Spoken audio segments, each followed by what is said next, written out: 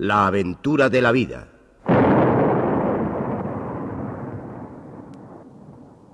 Un programa de Radio Nacional de España con guión, dirección y presentación de Félix Rodríguez de la Fuente.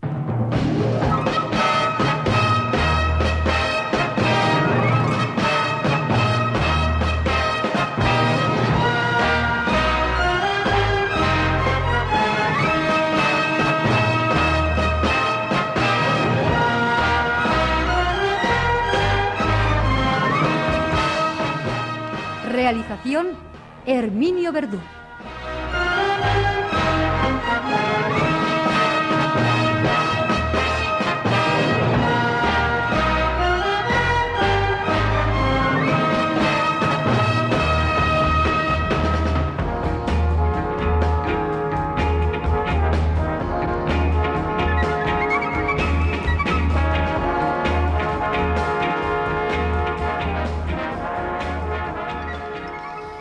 ¿Y a usted no lo han despedazado las feministas, doctor?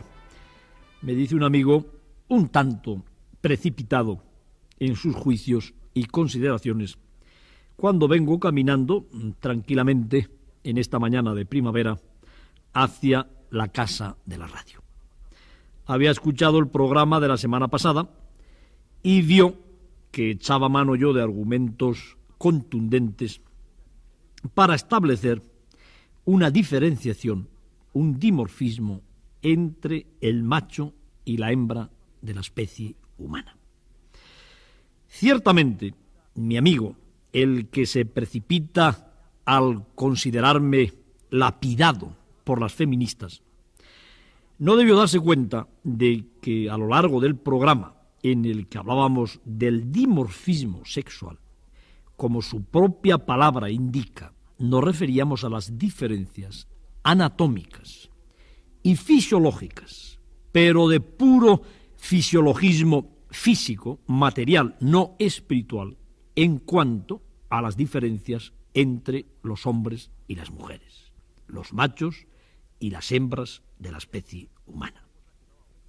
Decíamos, y la cosa quedaba bastante clara, que el metro y el cronómetro habían venido a demostrar algo que conoce casi todo el mundo, que el macho de la especie humana corre más, salta más, tiene más fuerza, nada más deprisa, resiste más, etcétera, etcétera. Físicamente está, en términos generales, mejor preparado que la hembra para los grandes esfuerzos, bien sean esfuerzos prolongados, como las carreras de fondo o de maratón, como los matches natatorios de largo alcance, o bien incluso esfuerzos violentos, aquellos que se derivan de una prueba de 100 metros lisos, del salto de altura, del salto de longitud, etcétera, etcétera. Esto resulta innegable y no tenían por qué lapidarme a mí las feministas porque yo diga algo que es evidente, que la hembra y el macho de la especie humana son diferentes, dimorfos, diferenciados anatómicamente, y que esta diferenciación ha aportado un mayor volumen muscular, un mejor desarrollo del esqueleto y de las conexiones entre el sistema nervioso y los músculos, determinantes de la fuerza, la resistencia, la velocidad, etcétera, etcétera. Pero nos reservábamos nosotros para este programa aquello que verdaderamente podría ser objeto, qué duda cabe, de justa ira, de lapidación por parte de las feministas hacia este modesto enamorado de la vida y por consiguiente, y sobre todo, del sexo débil. En términos generales, amigo doctor, en lo psíquico, en lo del comportamiento, puede seguir hablándose de una mayor capacidad, de una mayor energía potencial o activa del varón de la especie humana respecto a la hembra. Enfrentados una niña y un niño, un hombre y una mujer, con un problema de matemática, con un tema de investigación, con un tema de, por ejemplo, dirigir el tráfico en una calle de Madrid, con un tema, por ejemplo, de vender zapatos en una tienda, con un tema de hacer una paella, con un tema de recitar una poesía, de interpretar a Shakespeare. ¿Quién predomina? ¿El macho o la hembra? ¿Ha influido ese desarrollo muscular que ha dado mayor fuerza, mayor resistencia y, por consiguiente, qué duda cabe? Lo decimos con tristeza. Predominio del macho sobre la hembra a lo largo, no sé si de la prehistoria, pero desde luego de la historia humana. Este es un tema que habría que analizar con muchísimo detenimiento. Y me da la sensación de que al terminar esta intervención mía en la aventura de la vida, no van a ser las feministas, no van a ser mis admiradas señoritas y señoras y mis queridas niñas quienes tiren la primera y la última piedra, sino posiblemente mis musculados, orgullosos y barbados correligionarios, cuando hablemos del comportamiento general, no de la capacidad para correr o para saltar, para nadar en una piscina o para subir a un pico, para levantar piedras o para ser aizcolari, sino de las potencialidades genéricas, en el amplio sentido de la palabra, del comportamiento. Y ahora, queridas señoras y amigos míos, hecha esta exposición, pues hago lo de siempre, con escándalo de tantos pensadores que confían en lo que podríamos llamar una filogenia olímpica, es decir, que entre ellos y los animales no hay ninguna relación, que vienen directamente del pecho de Júpiter y de los senos de Venus, o qué sé yo de qué otro dios por generación directa o espontánea. Esos señores se rasgan siempre las vestiduras y dicen, ya está bien de que nuestro amigo el doctor, que además dispone de un micrófono en Radio Nacional, nos ponga la cabeza así, diciéndonos que para estudiar nuestro comportamiento tiene antes que estudiar el comportamiento de un animal. Y yo le respondo, pero ¿cómo no, hermano? Si al menos en un 50% somos animales. Si lo que nunca hemos sido, ni creo que lleguemos a ser, es entidades olímpicas, como Zeus, etcétera, etcétera. Esto no es más que fruto de la mente del hombre. Lo nuestro es la animalidad primero y superpuesta a la animalidad la conducta típica y característica de la especie humana con sus grandes capacidades para el lenguaje simbólico, para la reflexión y para los anhelos de eternidad, etcétera, etcétera. Vamos a ver una especie que, como la humana, se caracteriza porque los machos y las hembras son distintas.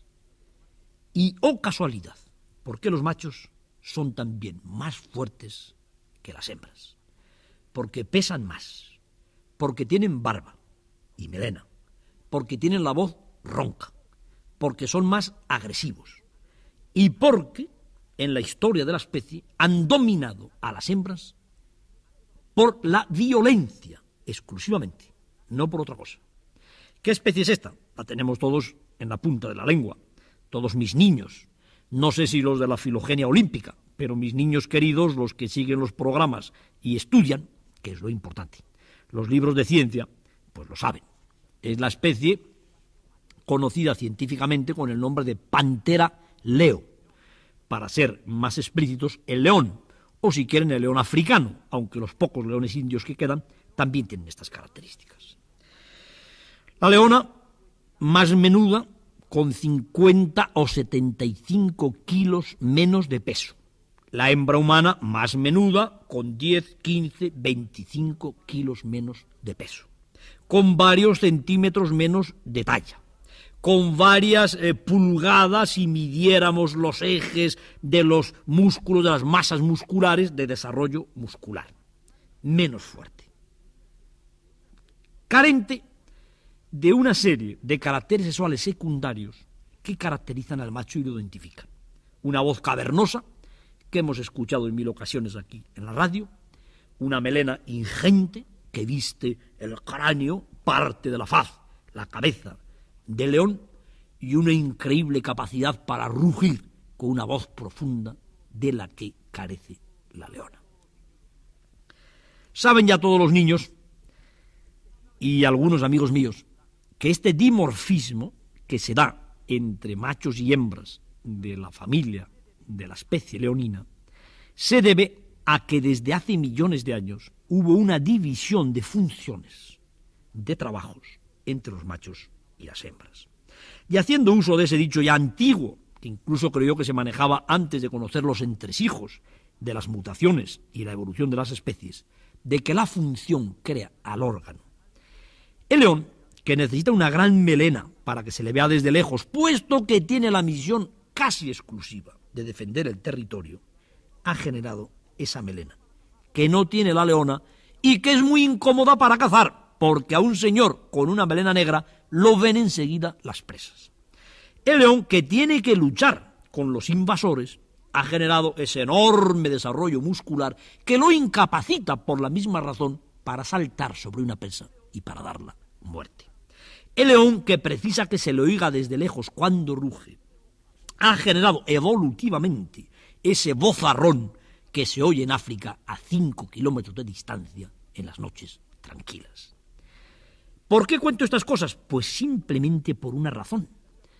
Porque nos preguntaríamos ahora, en una especie dimorfa, y concretamente en una especie animal dimorfa, que usted conoce bien, amigo de los animales, y que yo conozco bien porque es una especie que estamos cansados de verla, no solamente en el Palacio de las Cortes hecha a bronce, sino en las películas, en los libros, en las fotografías y en todas partes. Si una especie que todos conocemos bien y que por eso, en nuestro afán de amplia comunicación, exponemos ante este micrófono, que es la especie leonina. Los machos y las hembras son distintas. Los machos son más poderosos y de hecho arrebatan la comida a las hembras, se la quitan por la brava y si no les dejan de comer las dan un zarpazo y podrían llegar a matarlas, como tantas veces ha hecho el hombre, ese hombre que corre más, que salta más, que da más puñetazos, que estrangula mejor, que mata mejor. En esta diferenciación entre machos y hembras, ¿cuál de los dos sexos es el que permanece fiel a las formas ancestrales? Es decir, ¿quién es el que se ha modificado más? Y al haberse modificado más, es menos león, porque si la forma básica de la especie Panthera leo, la genérica, la que no se ha obtenido a través de una especialización de uno de ambos sexos, es de esta manera, el que se ha modificado más será menos león, aunque en este caso sea el macho. Y efectivamente, los felinos que no viven en hordas, en sociedades territorializadas, con unas fronteras que defender en amplias llanuras, como son los tigres, los leopardos, los jaguares, las panteras de las nieves, prácticamente todos, excepto el león, tienen un aspecto anatómico y un funcionalismo idéntico al de la leona, tanto los machos como las hembras. No hay ninguno que se parezca al león.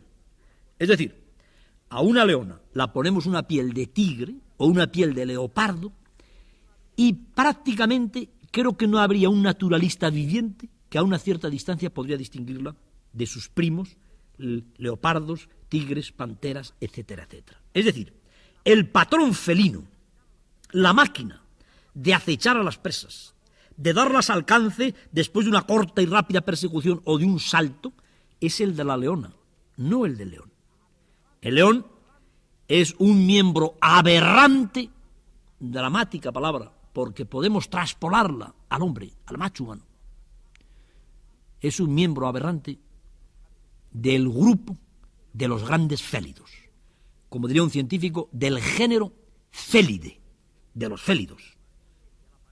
El elemento de la pareja leonina que se mantiene fiel a las formas y posiblemente a la conducta ancestral y que por consiguiente es más básico, más equilibrado, más imprescindible para la supervivencia del grupo, es la leona, no el león, más grande, con voz profunda, melenudo, capaz de matar a una leona de un zarpazo. Ya empiezan a temblar mis amigos, los de la barba florida, lanza al ristre, cabalgando sobre el lomo de cualquier babieca contra cualquier enemigo. En la especie humana, amigo doctor, lo básico entonces es la hembra. No soy yo con mi barba, mi fuerte bíceps desarrollado después de tantas horas de gimnasia, mis cejas, mis espaldas anchas, dramáticamente llamativas. Es esa otra cosa, ese ser débil que corre menos que yo. Vamos a ver, volvemos a nuestras comparaciones tan odiosas para los olímpicos con el reino animal. Vamos a suponer que dentro del mundo de los leones, apareciera un mago que, sin tener que influir para nada en la organización social de los leones, pudiera evitar las relaciones sexuales, tan placenteras por otra parte, las cópulas entre los leones y las leonas. Y a estas sufridas y buenas señoras las inseminara artificialmente, por obra y gracia de un fluido etéreo, quedaran estas leoncitas, porque evidentemente sin dormirlas con un anestésico no hay quien las vaya a levantar la cola a estas buenas señoras y meterlas una jeringa para inocularlas de espermatozoos leoninos. Pudieran quedar embarazadas, es decir, que los leones machos no tuvieran ninguna intervención en eso tan importante que es la perpetuación de la especie. Vamos a suponer que una tribu de leonas, en estas condiciones, sin necesidad de la presencia y la existencia del macho para fecundarlas, tuviera que salir adelante. Nos preguntamos, con toda objetividad, como hacen los científicos, aunque sean divulgadores, ¿qué hace la leona en su mundo? ¿Cuál ha sido la especialidad que a la leona, por un lado, no la ha obligado a cambiar de aspecto ni de comportamiento, y por otro lado, la ha mantenido dentro de ese canon ancestral de los félidos? Pues mire usted, la leona tiene que hacer las siguientes cosas. Primera cosa, concebir. Es decir, servir de recipiente vivo a los descendientes que van a perpetuar la especie. Segundo, después de un periodo de gestación, más o menos largo, dar a luz a los cachorros, machos y hembras. Tercero, amamantar y criar a esos cachorros. Cuarto, cazar para alimentar a esos cachorros. Quinto, educar a esos cachorros. Y sexto, defender en lo posible de enemigos la camada y el resto de la comunidad. Eso hace la leona. El comportamiento básico de un félido no territorial, no habitante de las grandes llanuras y no sometido a un estado permanente de guerra como vive el pueblo de los leones y el pueblo, por desgracia, de los hombres. ¿Qué hace el león macho? ¿Qué es lo que le ha obligado a cambiar de aspecto y de comportamiento? Lo saben todos. Defender el territorio. Proteger al verdadero grupo, a la verdadera sociedad, que es la matriarcal, de la invasión de otros leones machos, que tras ellos traerán a las cazadoras y a los cachorros y arrebatarán el territorio de caza a la horda, con lo cual la horda no podrá vivir. Es decir, una función mínima, especializada.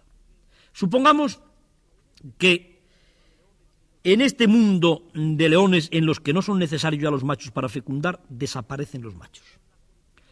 Únicamente con la condición de que no haya hordas vecinas con afanes invasores, las leonas solas, retirando todos los machos en el momento en que se hacen adultas, podrían llevar la sociedad leonina perfectamente y vivir en unas circunstancias óptimas. El león macho es un especialista, es un ser que a través de una especialización en la función de defensa del grupo ha generado un gran peso y un gran volumen, ha generado evidentemente una enorme agresividad potencial hacia leones invasores y ha generado unos adornos anatómicos que lo diferencian de la hembra. La básica, la imprescindible para la especie, aparte naturalmente de la función de la pura cópula, es la hembra. Vamos a dar otra vez el salto molesto para los olímpicos, de la especie Pantera leo a la especie Homo sapiens, o si quieren, para ser más exactos, del grupo zoológico Félide, de los félidos, al grupo zoológico Homínide, de los homínidos, ya que la especie nuestra es demasiado joven, 30, 40.000 años, como para hablar de mutaciones y de evolución, mientras que la familia, el género humano, tiene 3, 4 millones de años, 6 quizá, donde estas mutaciones han influido. Hemos comprendido perfectamente lo que hacen los machos y las hembras dentro de la especie Panthera leo.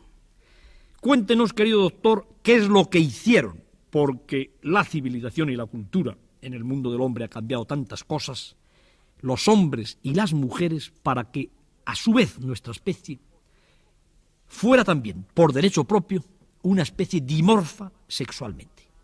Para que el macho se hiciera más grande, más musculado, más fuerte, más agresivo, con voz ronca, barbado, cubierto de vello, y la hembra permaneciera más redondita, más ligera, sin barba, con voz seguramente ancestral, menos ronca, sin que apareciera esto, que es un tributo evolutivo del varón, que llamamos precisamente por eso la nuez o el bocado de Adán, que se le quedó atragantado ahí a Adán, y que no es más que una caja de resonancia para que podamos emitir esta voz tan bonita y tan viril que nos diferencia de las hembras y que no tiene más función seguramente que la de impresionar al enemigo. Pues mire usted, en el grupo zoológico humano, cuando tuvo lugar ese cambio tan trascendente que para los primatólogos y paleoantropólogos fue determinante de casi todos los hechos que diferencian a la especie humana de las otras especies de primates, cuando nuestros antepasados homínidos se transformaron de pacíficos recolectores de vegetales y de animalillos pequeños que encontraban en su nomadeo apacible por las sabanas, en implacables depredadores, cuando el grupo de los primates humanoides, homínidos, fue el primero en toda la historia del orden de los primates o mamíferos próceres que se hizo depredador, ahí comenzó la división de las funciones entre las hembras y los machos de nuestra especie. Las hembras permanecen, como hemos dicho tantas veces, en los campamentos y en las cavernas.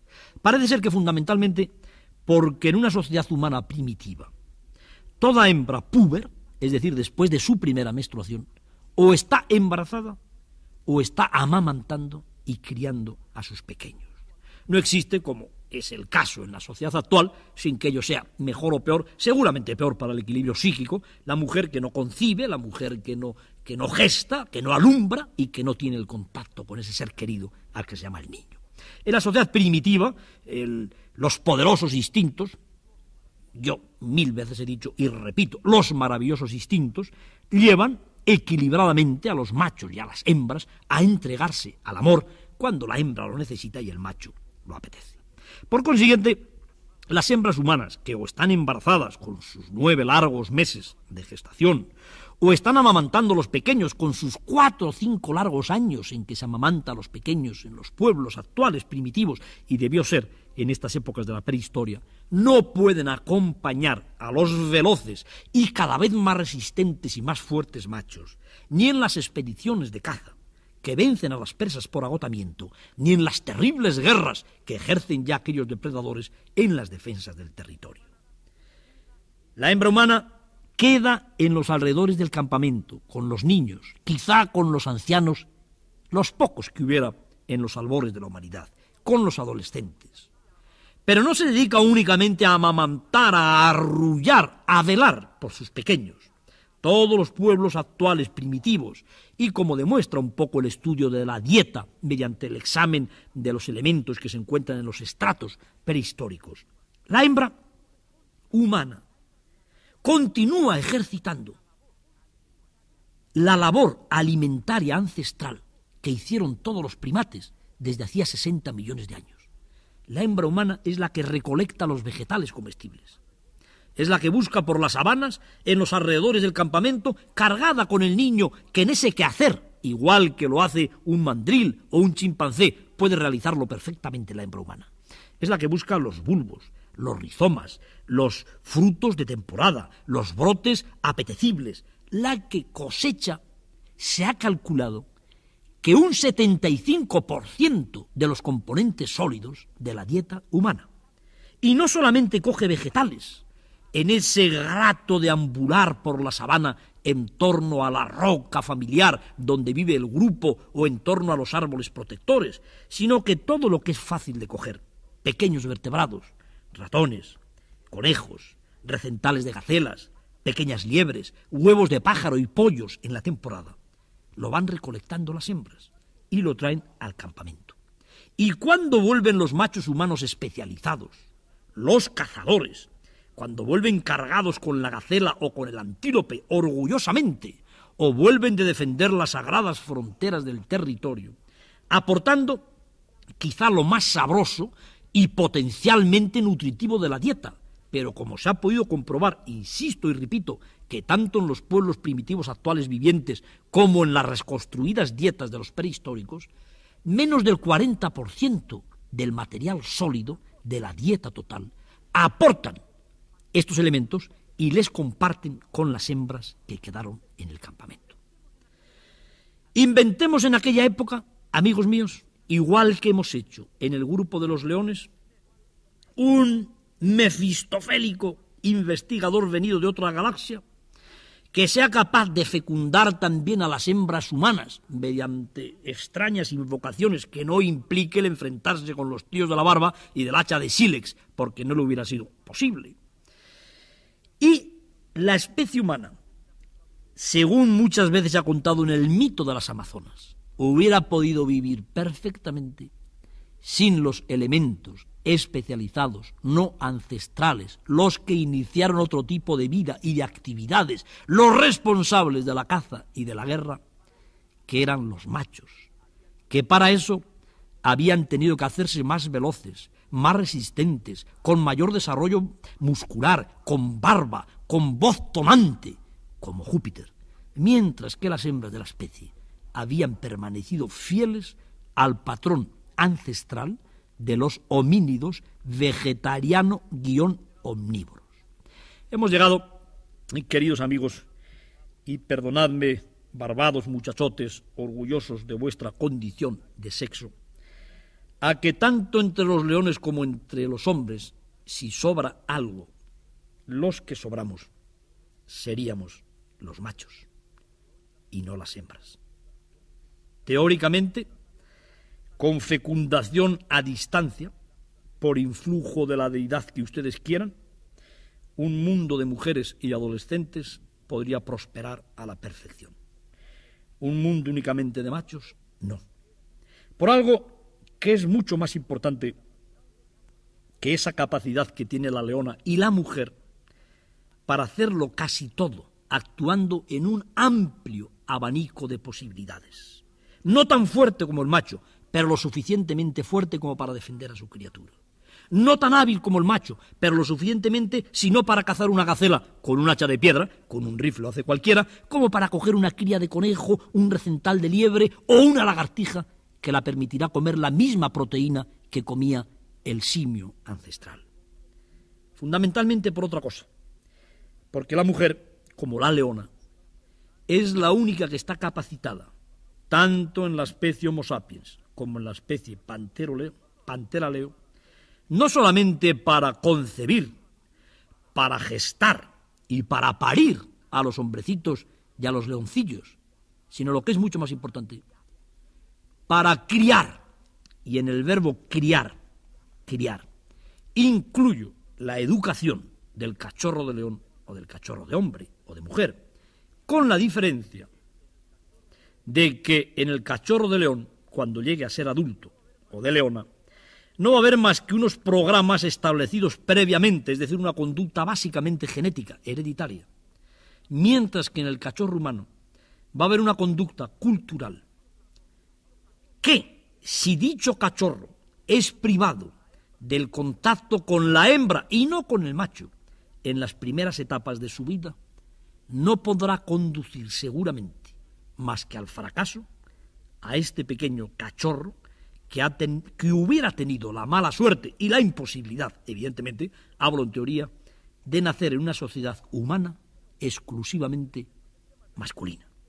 El tema es tan interesante, o al menos a mí me apasiona tanto, y no porque de alguna manera me lleve a las mismas fuentes, no vas a ser idénticas, aunque parecidas, de ciertas feministas sensatas y racionales, sino porque creo que en el tema vamos a encontrar muchos estímulos para tratar entre todos de ir haciendo una sociedad mejor, sobre todo para los niños y los adolescentes.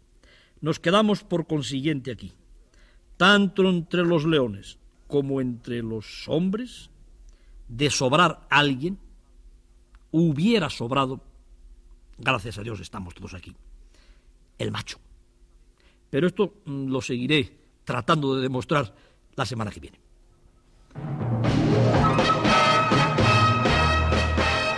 La próxima semana, de nuevo, en su receptor, La aventura de la vida.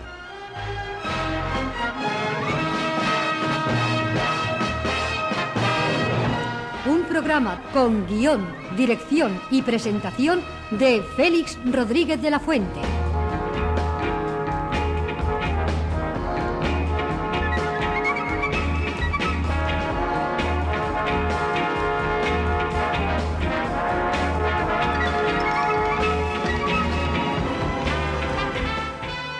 Montaje musical, Eugenio Borrego.